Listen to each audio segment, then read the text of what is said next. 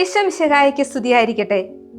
Mac ടിവിയിലൂടെ എന്നെ കേട്ടുകൊണ്ടിരിക്കുന്ന വിശുദ്ധയിലെ സ്നേഹമുള്ള സുഹൃത്തുക്കളെ, ഇന്നൊരു കിഡിലൻ ഹോളി ബൈബിൾ ടോപ്പിക്കാണ് നാം ഇന്ന് ചർച്ച ചെയ്യാൻ വേണ്ടി പോകുന്നത്.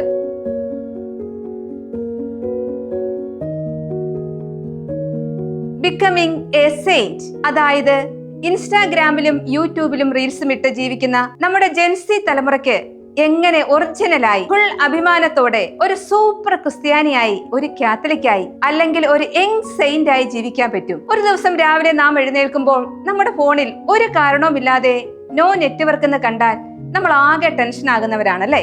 എന്നാൽ വലിയ ആർഭാടങ്ങളോ വൈഫൈയോ ഒന്നുമില്ലാതെ തന്റെ കൊച്ചു മുറിയിലിരുന്ന് ഈശോയുടെ നെറ്റ്വർക്ക് കണക്ട് ചെയ്ത് ലോകം മുഴുവൻ കീഴടക്കിയ ഒരു ഗ്ലോബൽ ഇൻഫ്ലുവൻസർ നമുക്കുണ്ട്. അത് നമ്മുടെ അൽഫോൻസാമ്മ. ഇന്ന് അൽഫോൻസാമ്മയുടെ റൂട്ടിൽ നമുക്കൊന്ന് യാത്ര ചെയ്താലോ? നമ്മളൊക്കെ വിചാരിക്കും വിശുദ്ധരൊക്കെ എപ്പോഴും കൈകൂപ്പി കണ്ണടച്ച് ഒറ്റ ഇരുപ്പിരുന്നവരാണെന്ന്. എന്നാൽ നമ്മുടെ അൽഫോൻസാമ്മ നിങ്ങളെ പോലെ ഫുൾ ലൈഫ് ആസ്വദിച്ച ഒരു ക്യൂട്ട് ഗേൾ ആയിരുന്നു. ചെറിയ പ്രായത്തിൽ നല്ല നീളമുള്ള മുടിയും അന്നത്തെ ഏറ്റവും ഫാഷൻ വസ്ത്രങ്ങളും സ്വർണ്ണാഭരണങ്ങളും ധരിച്ച സുന്ദരിയായ ഒരു ക്യൂട്ട് ഗേൾ. ഇന്നത്തെ അമ്മമാരെ പോലെ തന്നെ അന്നക്കുട്ടിയെ വിലയേറിയ ഡ്രസ്സും നല്ല ആഡംബരമുള്ള സ്വർണ്ണാഭരണങ്ങളും ഒക്കെ അണിയിക്കാൻ അന്നക്കുട്ടിയുടെ ഇളയമ്മ വളരെ ഇൻട്രസ്റ്റ് കാണിച്ചിരുന്നു. പക്ഷേ തന്റെ ലൈഫിന്റെ യഥാർത്ഥ ലക്ഷ്യം ഈ ലോകത്തിലെ താൽക്കാലിക ലൈക്കുകളല്ല, മറിച്ച് ഈശോയുടെ അപ്രൂവൽ ആണെന്ന് അവൾ തിരിച്ചറിഞ്ഞു. വിശുദ്ധ കൊച്ചുത്രേസ്യ പുണ്യയുടെ ജീവചരിത്രം വായിച്ച അന്നു മുതലാണ് തനിക്കും ഒരു വിശുദ്ധയാകണമെന്നുള്ള ആഗ്രഹം തന്റെ ഉള്ളിൽ ഉദിച്ചത്. അവൾ വളർന്നപ്പോഴും ആ ആഗ്രഹം ഒന്നിനൊന്നിന് കൂടുകയല്ലാതെ കുറഞ്ഞില്ല. ചെറുപ്പത്തിൽ നമ്മുടെ കുട്ടികളൊക്കെ പറയും അച്ഛനാകണം, സിസ്റ്റർ ആകണം എന്നൊക്കെ. വളർന്നു കഴിയുമ്പോൾ ഞാൻ അങ്ങനെ പറഞ്ഞിട്ടേ ഇല്ല, ഞാൻ അങ്ങനെ ചിന്തിച്ചിട്ട് പോലുമില്ല എന്ന രീതിയിലാണ് നമ്മുടെ കുഞ്ഞുങ്ങൾ. എന്നാൽ അൽഫോൻസാമ്മ അങ്ങനെയായിരുന്നില്ല കേട്ടോ. അൽഫോൻസാമ്മ വളരും തോറും അവളുടെ ആഗ്രഹം തീവ്രമായിക്കൊണ്ടേയിരുന്നു. അവൾ ലോകത്തിന്റെ ഭംഗിയേക്കാൾ ആത്മാവിന്റെ ഭംഗിക്ക് വില കൊടുത്തു. ഫ്രാൻസിസ് മാർപ്പാപ്പ നമ്മുടെ യുവാക്കളോട് പറയുന്ന ഒരു സൂപ്പർ കോട്ടുണ്ട്: നിങ്ങൾ മറ്റുള്ളവരുടെ കാർബൺ കോപ്പി ആകാൻ നോക്കരുത്, നിങ്ങളുടെ ഒറിജിനാലിറ്റി നഷ്ടപ്പെടുത്താതെ വിശുദ്ധരാകുക എന്ന്. ഇന്ന് നമ്മൾ ഇൻസ്റ്റാഗ്രാമിലും സ്നാപ്ചാറ്റിലും ഫിൽറ്ററുകൾ ഇട്ടിട്ടാണ് ഫോട്ടോകൾ പോസ്റ്റ് ചെയ്യുന്നത്. കാരണം നമ്മുടെ യഥാർത്ഥ മുഖം മറ്റുള്ളവർക്ക് ഇഷ്ടപ്പെടുമോ എന്ന പേടി നമുക്കുണ്ട്. എന്നാൽ അൽഫോൻസാമ്മ നമ്മെ പഠിപ്പിക്കുന്നത് ഇതാണ്: ബി യുവർ സെൽഫ്. സോഷ്യൽ മീഡിയയിലെ ഫിൽറ്ററുകൾ മാറ്റിവെച്ച് ഈശോയുടെ മുന്നിൽ ഒറിജിനൽ ആയിരിക്കാൻ നമുക്ക് കഴിയണം. നമ്മുടെ ഇൻസ്റ്റാഗ്രാം റീൽസ് ഒക്കെ ഒന്ന് ശ്രദ്ധിച്ചു നോക്കിക്കേ.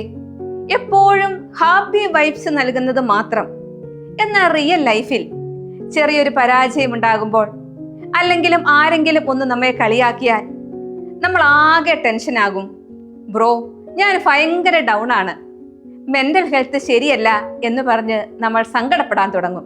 ഇവിടെയാണ് അൽഫോൻസാമ്മയുടെ എൻട്രി. വിട്ടുമാറാത്ത രോഗങ്ങൾ, കടുത്ത പനി, വേദനകൾ, ഇതൊക്കെയായിരുന്നു അവളുടെ ലൈഫ് മുഴുവനും. ഒരു സഹനത്തിന്റെ പുണ്യപുത്രി എന്ന് ലോകം അവളെ അവതരിപ്പിക്കുന്നെങ്കിലും ആ സഹനത്തിൽ അവൾ ആനന്ദം കണ്ടെത്തിയിരുന്നു. അവൾ ഒരിക്കലും ദൈവത്തോട് പരാതി പറഞ്ഞില്ല. നമുക്ക് പനി വരുമ്പോൾ നമ്മൾ വാട്സപ്പിലും ഇൻസ്റ്റാഗ്രാമിലും ഒക്കെ ഫീലിംഗ് സിക്ക് എന്ന സ്റ്റേറ്റസ് ഇട്ട് മറ്റുള്ളവരുടെ സാഡ് ഇമോജിക്ക് വേണ്ടി വെയിറ്റ് ചെയ്യും. എന്നാൽ അൽഫോൻസാമ്മ വേദന വന്നപ്പോൾ അത് ഈശോയ്ക്ക് ഷെയർ ചെയ്യുകയാണ് ചെയ്തത്.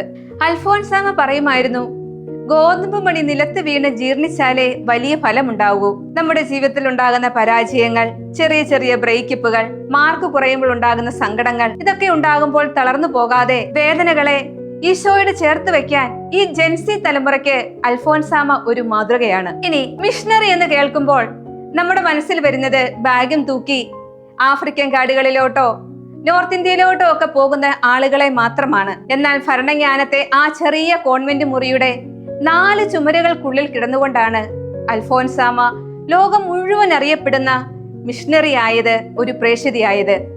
എങ്ങനെ? തന്റെ ഉറച്ച ബോധ്യങ്ങളിലൂടെ. നമുക്കും ഇന്ന് ഈ ഡിജിറ്റൽ ലോകത്ത് എങ്ങനെ ഒരു പ്രേക്ഷിതരാകാം, ഒരു മിഷണറി ആകാം എന്ന് നോക്കാം. 1, അഭിമാനപൂർവ്വം ഈശോയ്ക്ക് സാക്ഷ്യം വഹിച്ചുകൊണ്ട്. പലർക്കും ഇന്ന് സ്കൂളിലോ പൊതുസ്ഥലങ്ങളിലോ വെച്ച് ഞാൻ പ്രാർത്ഥിക്കാറുണ്ട്, അല്ലെങ്കിൽ ഞാൻ പള്ളിയിൽ പോകാറുണ്ട്, അനുരഞ്ജന കൂദാശ സ്വീകരിക്കാറുണ്ട് എന്നൊക്കെ പറയാൻ മടിയാണ്. ഞാൻ ഒരു ദിവസം എന്റെ 11ാം ക്ലാസ്സിൽ വേദപാഠം പഠിക്കുന്ന കുട്ടികളോട് ചോദിച്ചു, നിങ്ങൾ എന്തുകൊണ്ടാണ് 8, 9 ക്ലാസ് വരെ നിങ്ങൾ കുർബാന പുസ്തകമൊക്കെ ഉപയോഗിച്ച് പ്രാർത്ഥനകളെല്ലാം ഉറക്കെ ചെല്ലുന്നത് ഞാൻ കേട്ടിട്ടുണ്ട്. എന്നാൽ ഒരു 10, 11, 12 ക്ലാസ്സിലൊക്കെ നിങ്ങൾ ആകുമ്പോൾ നിങ്ങൾ അത് എന്തുകൊണ്ടാണ് ആവർത്തിക്കാത്തതെന്ന് കുട്ടികൾ വളരെ ഓപ്പൺ ആയിട്ട് പറഞ്ഞു. സിസ്റ്ററെ, കൂട്ടുകാരൊക്കെ എന്നെ കളിയാക്കും. ജപമാല കഴുത്തിലിട്ടാൽ ഒരു കൊന്തപ്പുണ്യാളൻ എന്ന് വിളിച്ച് എന്നെ കളിയാക്കിയിട്ടുണ്ട്. പള്ളിയുടെ മുൻപിൽ കൂടെ പോകുമ്പോൾ കുരിശ് വരയ്ക്കുമ്പോൾ ഒരു വിശുദ്ധൻ പോകുന്നുവെന്ന് പറഞ്ഞ് കളിയാക്കുന്നു. ഇങ്ങനെ കുറെ കാര്യങ്ങൾ. മറ്റുള്ളവർ കോമാളി എന്ന് വിളിക്കുമോ എന്ന പേടിയാണ് ഇതിന്റെ എല്ലാം പിന്നിൽ. 2026 ലോകകപ്പിലെ അർജന്റീനയുടെ ആദ്യ പോരാട്ടത്തിൽ തകർപ്പൻ ഹാട്രിക് നേട്ടവുമായി കോടിക്കണക്കിന് വരുന്ന ആരാധകരുടെ ഹൃദയം തൊട്ട ലയണൽ മെസ്സി ലോകത്തിന് നൽകിയത് മഹത്തായ ഒരു മാതൃകയാണ്. ജർമ്മനിയുടെ മിറോസ്ലാവ് ക്ലോസിനൊപ്പം ലോകകപ്പിലെ ഏറ്റവും കൂടുതൽ ഗോളുകൾ നേടിയ റെക്കോർഡ് നേട്ടത്തിലെത്തിക്കൊണ്ട് ഹാട്രിക് പൂർത്തീകരിച്ച മെസ്സി കുരിശ് വരച്ച് ആകാശത്തിലേക്ക് കൈകൾ ഉയർത്തി ദൈവത്തിന് നന്ദി പ്രകടിപ്പിച്ചപ്പോൾ അർജന്റീനയുടെയും മെസ്സിയുടെയും ആരാധകർക്കൊപ്പം ലോകം മുഴുവൻ ദൈവത്തെ ഓർമ്മിപ്പിച്ച ഒരു നിമിഷമായി മാറിയത്. എത്ര വലിയ വിജയങ്ങളുടെ നെറുകയിൽ നിൽക്കുമ്പോഴും തന്റെ കരിയറിനെ നയിക്കുന്ന ദൈവിക ശക്തിയെ പരസ്യമായി സാക്ഷ്യപ്പെടുത്താൻ ആ ഇതിഹാസ താരം മടിക്കാറില്ല എന്നതിന്റെ ഒരു ഉത്തമ ഉദാഹരണമായിരുന്നു അത്. ഈ കഴിവ് ദൈവം എനിക്ക് തന്നതാണ്, അതിലെനിക്ക് ഒട്ടും സംശയമില്ല. ഈ കരിയറിനായി അവിടുന്ന് തന്നെ തിരഞ്ഞെടുക്കുകയായിരുന്നു എന്ന് മുൻപ് മെസ്സി ഒരിക്കൽ പറഞ്ഞിരുന്നു. ഖത്തർ ലോകകപ്പ് ഫൈനലിലും ഫ്രാൻസിനെതിരെയുള്ള അത്യധികം നാടകീയമായ നിമിഷങ്ങളിൽ കുരിശ് വരച്ച് പ്രാർത്ഥിച്ച മെസ്സിയെ ലോകം കണ്ടതാണ്.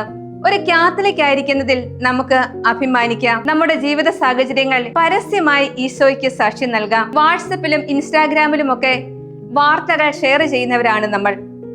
എന്നാൽ ഒരു ക്രിസ്ത്യാനി എന്ന നിലയിൽ, ഒരു ക്രിസ്ത്യാനിയാണ് എന്ന് ലോകത്തെ അറിയിക്കുന്ന രീതിയിൽ എത്ര പോസ്റ്റുകൾ നാം ഷെയർ ചെയ്തിട്ടുണ്ട് എന്ന് നിങ്ങളൊന്ന് ആലോചിച്ച് നോക്കിക്കേ. ജോൺ പോൾ രണ്ടാമൻ മാർപ്പാപ്പ യുവജനങ്ങളോട് പറയുന്ന ഒരു കാര്യമുണ്ട്: യുവജനങ്ങളെ, നിങ്ങളെ തന്നെ ലോകത്തിന് വിട്ടുകൊടുക്കരുത്, കാരണം നിങ്ങൾ ഈശോയുടേതാണ്. ഇനി രണ്ടാമത്തെ കാര്യം, ഈശോ ഏകരക്ഷകനാണെന്നുള്ള ഉറച്ച ബോധ്യം. രക്ഷകൻ എന്ന് കേൾക്കുമ്പോൾ നമ്മുടെ മനസ്സിൽ ആദ്യം വരുന്നത് മാർവൽ സിനിമകളിലെ അയൺമാനെയോ സ്പൈഡർമാനെയോ അല്ലെങ്കിൽ ബാറ്റ്മാനെയോ ഒക്കെ ആയിരിക്കും. ലോകത്തിന് വലിയൊരു ആപത്ത് വരുമ്പോൾ രക്ഷിക്കാൻ എത്തുന്ന സൂപ്പർ ഹീറോസ്. എന്നാൽ റിയൽ ലൈഫിൽ നമുക്കൊരു സങ്കടം വരുമ്പോൾ, ആരും സഹായിക്കാനില്ലാതെ നമ്മൾ ഒറ്റപ്പെടുമ്പോൾ നമ്മെ രക്ഷിക്കാൻ ഈ പറയുന്ന സൂപ്പർ ഹീറോസ് ആരെങ്കിലും വരുമോ? ഇല്ല. ഇന്നത്തെ നമ്മുടെ തലമുറയുടെ ഒരു വലിയ പ്രശ്നം എന്താണെന്നറിയാമോ? നമ്മൾക്ക് സങ്കടങ്ങളും പ്രതിസന്ധികളും വരുമ്പോൾ തെറ്റായ വഴിയിലാണ് രക്ഷ തിരയുന്നത്. മനസ്സിന് സങ്കടം വരുമ്പോൾ താൽക്കാലിക ആശ്വാസത്തിന് വേണ്ടി ലഹരി പദാർത്ഥങ്ങളിലേക്ക് പോകുന്നവർ, അമിതമായി ടെൻഷൻ ഉണ്ടാകുമ്പോൾ സോഷ്യൽ മീഡിയയിൽ കയറി റീൽസ് കണ്ട് സമയം കളയുന്നവർ, അല്ലെങ്കിൽ തെറ്റായ കൂട്ടുകെട്ടുകളിൽ ചെന്ന് ചാടുന്നവർ. പക്ഷേ ഇതൊന്നും നമുക്ക് ശാശ്വതമായ സമാധാനം തരില്ല. ഇവിടെയാണ് നമ്മൾ അൽഫോൻസാമ്മയുടെ ജീവിതം നോക്കേണ്ടത്. അൽഫോൻസാമ്മയുടെ ജീവിതം ഒന്ന് ആലോചിച്ച് നോക്കിക്കേ. വിട്ടുമാറാത്ത രോഗങ്ങൾ, കടുത്ത വേദന, നടക്കാൻ പോലും പറ്റാതെ ആ കൊച്ചു മുറിയിൽ മാസങ്ങളോളം കിടക്കേണ്ടി വന്ന അവസ്ഥ. ഇന്നത്തെ കാലത്താണെങ്കിൽ നമ്മൾ പറയും, ലൈഫ് ഫുൾ ട്രാജഡിയാണ് ബ്രോ, എനിക്ക് ജീവിക്കേണ്ട എന്ന്. പലരും ദൈവത്തെ പഴി പറഞ്ഞ് പ്രാർത്ഥനകളൊക്കെ നിർത്തും. എന്നാൽ അൽഫോൻസാമ്മ തന്റെ വേദനകളിൽ അഭയം കണ്ടെത്തിയത് തിരുഹൃദയത്തിലാണ്. അവൾക്ക് ഒരേ ഒരു ആശ്രയം മാത്രമേ ഉണ്ടായിരുന്നുള്ളൂ, അത് ഈശോയായിരുന്നു. അവൾ ഉറച്ചു വിശ്വസിച്ചു, എന്നെ മനസ്സിലാക്കാനും എന്റെ ആത്മാവിനെ രക്ഷിക്കാനും ഈശോയ്ക്ക് മാത്രമേ കഴിയൂ. അവൾ പറയുമായിരുന്നു, ഈശോയോടുള്ള സ്നേഹത്തെ പ്രതി വേദനകൾ സഹിക്കുന്നത് എനിക്ക് വലിയ സന്തോഷമാണെന്ന്. നിങ്ങൾക്ക് സങ്കടങ്ങളും ടെൻഷൻസും ഒക്കെ വരുമ്പോൾ നമ്മുടെ ബെസ്റ്റി എന്നറിയപ്പെടുന്ന ആൾക്ക് വാട്സപ്പിലോ ഇൻസ്റ്റാഗ്രാമിലോ ഒക്കെ നമ്മൾ മെസ്സേജ് അയക്കും. ചിലപ്പോൾ അവൻ അത് സീൻ ചെയ്ത് വിടും, അല്ലെങ്കിൽ റിപ്ലൈ തരില്ല. അപ്പോൾ നമുക്ക് വീണ്ടും സങ്കടമാകും. എന്നാൽ അൽഫോൻസാമ്മ തന്റെ എല്ലാ സങ്കടങ്ങളും ഈശോയോടാണ് ഷെയർ ചെയ്തത്. കാരണം ഈശോ ഒരിക്കലും നമ്മളെ അൺസീനാക്കി തള്ളിക്കളയില്ല. കാർലോ അക്വിറ്റസ് പറയുന്നത് പോലെ, വിശുദ്ധ കുർബാനയാണ് എന്റെ സ്വർഗത്തിലേക്കുള്ള ഹൈവേ. ഈശോ മാത്രമാണ് നമ്മുടെ ഏക രക്ഷകൻ. അതുകൊണ്ട് പ്രിയ സുഹൃത്തുക്കളെ, ലൈഫിൽ എന്തു വലിയ പരാജയമുണ്ടായാലും, ആര് നമ്മെ ഒറ്റപ്പെടുത്തിയാലും ഡിപ്രഷനിലോട്ട് പോകാതെ, തെറ്റായ ലഹരികളിലേക്ക് തിരിയാതെ ഉറച്ച ബോധ്യത്തോടെ വിളിക്കുക, ഈശോയെ, അങ്ങാണ് എന്റെ രക്ഷകൻ. ആ ബോധ്യം നമ്മുടെ ഉള്ളിലുണ്ടെങ്കിൽ ലൈഫിലെ ഏത് വലിയ കൊടുങ്കാറ്റിനെയും നമുക്ക് പുഞ്ചിരിയോടെ നേരിടാൻ സാധിക്കും. എന്റെ പ്രിയപ്പെട്ട ചെറുപുഷ്പം മിഷൻ ലീഗിലെ സുഹൃത്തുക്കളെ, നമ്മൾ ഈ സെമിനാറിന്റെ ക്ലൈമാക്സിലേക്ക് വരികയാണ്. നമ്മൾ ഇന്ന് ഈ സെമിനാർ വെറുതെ ഇരുന്ന് കേൾക്കാതെ നമ്മൾ ആരാണ് എന്നൊരു ബോധ്യം നമുക്കുണ്ടോ? ലോകത്തിലെ ഏറ്റവും വലിയ ആത്മായ പ്രേക്ഷിത സംഘടനയായ ചെറുപുഷ്പ മിഷൻ ലീഗിലെ അംഗങ്ങളാണ് നമ്മൾ. മിഷൻ ലീഗുകാരായ ഒരു കുട്ടിയുടെ ലൈഫ് എന്ന് പറയുന്നത് ഒരിക്കലും ഒരു സാധാരണക്കാരനെ പോലെ ആകരുത്. നമ്മുടെ സംഘടനയുടെ സ്വർഗീയ മധ്യസ്ഥ വിശുദ്ധ കൊച്ചുത്രേസ്യയാണെന്ന് എല്ലാവർക്കും അറിയാമല്ലേ? വിശുദ്ധ കൊച്ചുത്രേസ്യ പുണ്യവതിയുടെ ജീവചരിത്രം വായിച്ചിട്ടാണ് നമ്മുടെ അൽഫോൻസാമ വിശുദ്ധിയുടെ വഴി തിരഞ്ഞെടുത്തതെന്ന് നമ്മൾ കണ്ടു. അങ്ങനെയെങ്കിൽ ആ അൽഫോൻസാമ നടന്ന അതേ വഴിയിലൂടെ നടക്കാൻ വിളിക്കപ്പെട്ടവരാണ് മിഷൻ ലീഗുകാരായ നമ്മൾ ഓരോരുത്തരും. നമ്മുടെ സംഘടനയുടെ മുദ്രാവാക്യം എന്താണെന്ന് ഒന്ന് ഓർത്തെടുത്തേ. സ്നേഹം, ത്യാഗം, സേവനം, സഹനം. നമ്മുടെ അൽഫോൻസാമ തന്റെ ജീവിതത്തിലൂടെ കാണിച്ചു തന്നതും ഈ 4 കാര്യങ്ങളാണ്. നമുക്ക് ഈ 4 കാര്യങ്ങൾ എങ്ങനെ പ്രാക്ടിക്കലാക്കാമെന്ന് നമുക്ക് നോക്കാം. സോഷ്യൽ മീഡിയയിലെ വ്യാജമായ സ്നേഹങ്ങൾക്ക് പുറകെ പോകാതെ ഈശോയോടും മാതാപിതാക്കളോടും സഹോദരങ്ങളോടും അധ്യാപകരോടും സ്നേഹമുള്ളവരായിരിക്കുക.